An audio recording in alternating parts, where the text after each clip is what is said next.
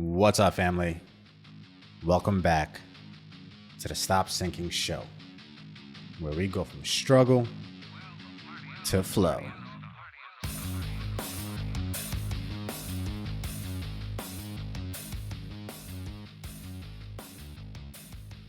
What I'm gonna say might sound blasphemous, but if you listen long enough, you might find yourself agreeing with me.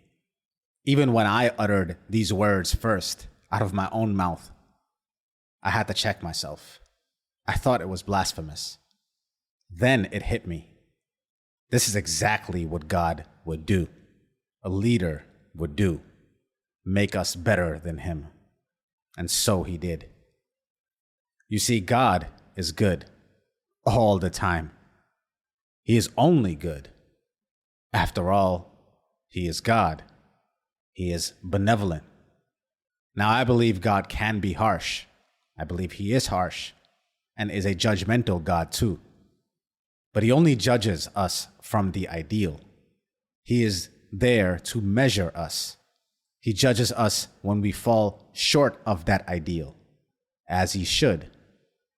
So what do I mean by that we are made better than him?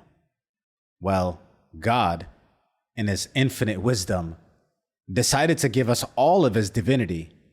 We are endowed with all of his spirit, the capacity of reaching for and maybe never achieving, but at the least, be clearly given all the potential to live in accordance to the ideal that he has provided for us.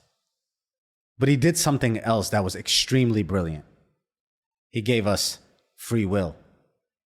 He gave us a choice.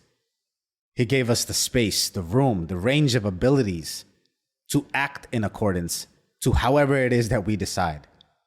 That means if we wanted, we can be just as evil as we would like. He gave us the knowledge of good and evil. You think he put the tree of life there for no reason? You don't think he knew that we would be tempted by it to ultimately learn the contrast that exists? What do you think happens when you tell somebody to not go towards something or not go do something? He knew exactly what he was doing. Sure, you can say it was the snake, it was Satan, who crept into the garden and persuaded Eve to eat the apple. But don't you think, if he wanted, as brilliant as God is, as powerful as he is, that he could have stopped this from happening?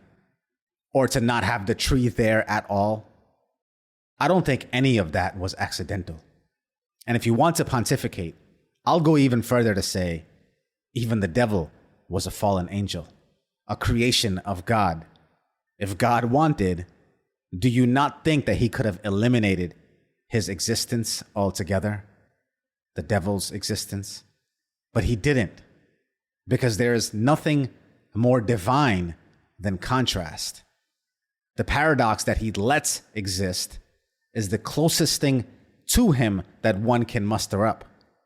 Nothing exists in nature without duality. There is no night without the day. There is no good without evil. And so he let it exist. He let it be. Because it was in his magnificent brilliance that he wanted us to have both. To be given the choice. To not be bound by what he was bound by. God is only good. And so he acts in accordance to that goodness no matter what. But that's not what he wanted for us. Where's the fun in that? Where's the play in that? He wanted us to play. He wanted us to earn our goodness. He didn't want it to be a given. He gave us the ability to make a choice. A choice to be evil. A choice to be good. He didn't want us to default to goodness because there is no merit earned if you are only good. It's only when you have the choice to not be good, but you choose anyway to be good. That's where the credit is earned. That's where it is meaningful. When the door is open to both sides, but you choose to walk through the right door, that's divine. He made us better than him in that regard. That's why it's not blasphemous. Are we holier than him by default? No. But can we be considered to be? Yes. Because of this very decision we get to make, choose to make. Isn't that what a leader would do? Isn't that what a teacher would do? Isn't that what a master would do? Isn't that what a father would do? I saw this meme that said, when a mother holds her child, she holds them close to her chest, in her arms, eyes covered, almost as if to protect them from the world. But a father is often seen holding their child on his shoulders, above his head, because he wants them to see further than he can, to see more of the world that he can encompass himself, to be better than him. He doesn't coddle us with pretty little stories that reality would obliterate.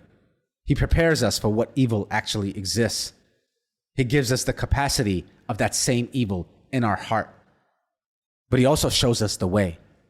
He shows us what is possible. That is divine. What's blasphemous about that? What's unholy about that? All I see is magnificence. All I see is glory. All I see is grace. We get to earn our nobility. And you know what? I wouldn't have it any other way. Because we get to choose whether God walks with us, whether God walks in us, or whether we let the darkness prevail. What can be more heavenly than that? I love you, family. Stay true always. I see you on the next show.